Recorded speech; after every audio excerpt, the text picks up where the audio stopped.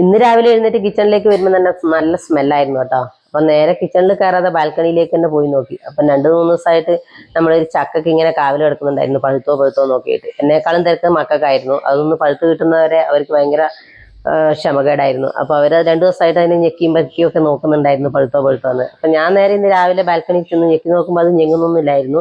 പക്ഷെ നല്ല പഴുത്തക്കയുടെ സ്മെല്ലുണ്ടായിരുന്നു. അപ്പൊ നമ്മളത് ഏതായാലും ഇന്ന് മുറിക്കാന്ന് വിചാരിച്ചു.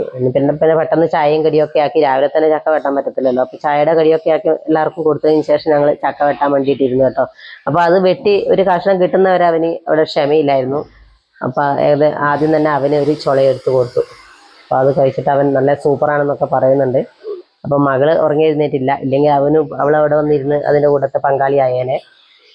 അപ്പൊ ഞങ്ങളിത് നാട്ടിൽ നിന്ന് കൊണ്ടുവന്ന ചക്കയാണ്. അപ്പൊ കഴിഞ്ഞ പ്രാവശ്യം പിന്നെ 2 ചക്ക കിട്ടിയിട്ടുണ്ടായിരുന്നു. വിയറ്റ്നാം ചക്കയാണ് കേട്ടോ. അപ്പൊ കഴിഞ്ഞ പ്രാവശ്യമാണ് ആദ്യമായിട്ട് കായ്ച്ചു തുടങ്ങിയത്. കഴിഞ്ഞ പ്രാവശ്യം അതുപോലെ ഒരു 2 ചക്ക കിട്ടി, ബാക്കി ഒരു 3-4 ഇടിച്ചക്ക ഉണ്ടായിരുന്നു. അത് ഉണങ്ങി പോവുകയാണ് ചെയ്തത്. അപ്പൊ ആ ഇടിച്ചക്ക, ഈ 2 ചക്ക കുറച്ച് വലുതായി കഴിഞ്ഞാൽ പിന്നെ ഉള്ള ഇടിച്ചക്ക പറിച്ച് കളയണമെന്നാണ് ഒരു ചേച്ചി പറഞ്ഞു തന്നെ. എനിക്കതിനെ കുറിച്ച് അറിയില്ലായിരുന്നു. അപ്പൊ അങ്ങനെയാണ് മറ്റുള്ള ചക്ക കുറച്ച് വലിപ്പം വെക്കുമെന്ന് പറഞ്ഞിട്ടുണ്ടായിരുന്നു. അപ്പൊ ഞങ്ങൾക്ക് അതിനറിയാത്തതുകൊണ്ട് പിന്നീട് ആ ഇടിച്ചക്ക അങ്ങ് കൊഴിഞ്ഞു പോവുകയാണ് ചെയ്തിട്ടുണ്ടായിരുന്നത്.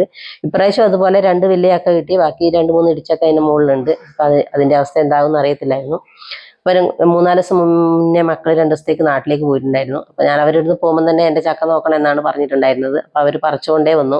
അവർക്ക് അറിയില്ലായിരുന്നു അത് മൂത്തില്ലെന്നും. എങ്കിലും ചക്ക ഏതായാലും അവർ ധൈര്യത്തിൽ പറിച്ച് ഇവിടെ എത്തിച്ചു. അപ്പൊ ഒരെണ്ണം നല്ല മൂപ്പായിട്ടില്ല. അപ്പൊ അത് ഞങ്ങൾ കൊത്തി ചക്ക 2 ദിവസം മുന്നേ വേവിച്ചിട്ടുണ്ടായിരുന്നു. അപ്പൊ ഇത് ഞങ്ങൾ പഴുപ്പിക്കാന്ന് വെച്ചു. ഇത് കണ്ടപ്പോൾ തന്നെ എനിക്ക് തോന്നി നല്ല മൂപ്പായിട്ടുണ്ടെന്ന്. അപ്പൊ അത് അങ്ങനെ പഴുക്കാൻ വേണ്ടി വെച്ചു. അപ്പൊ ചക്കയുടെ മണം അടിച്ചപ്പോൾ എല്ലാവരും തന്നെ എഴുന്നേറ്റ് വന്നു കേട്ടോ.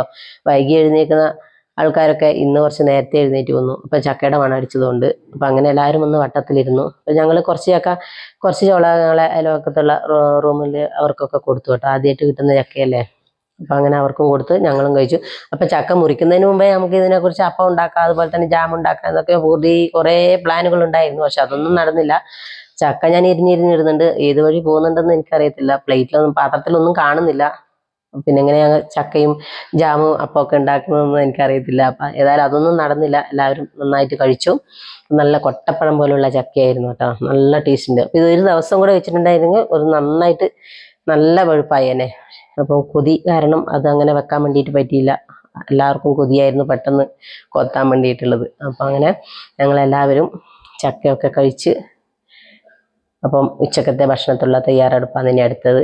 അപ്പം അങ്ങനെ ചക്ക കഴിച്ച് ഇനി ഞങ്ങൾ നല്ലൊരു വീഡിയോ ആയിട്ട് നാളെ വരാം. ഇന്ന് ഇത്രയേ ഉള്ളൂ.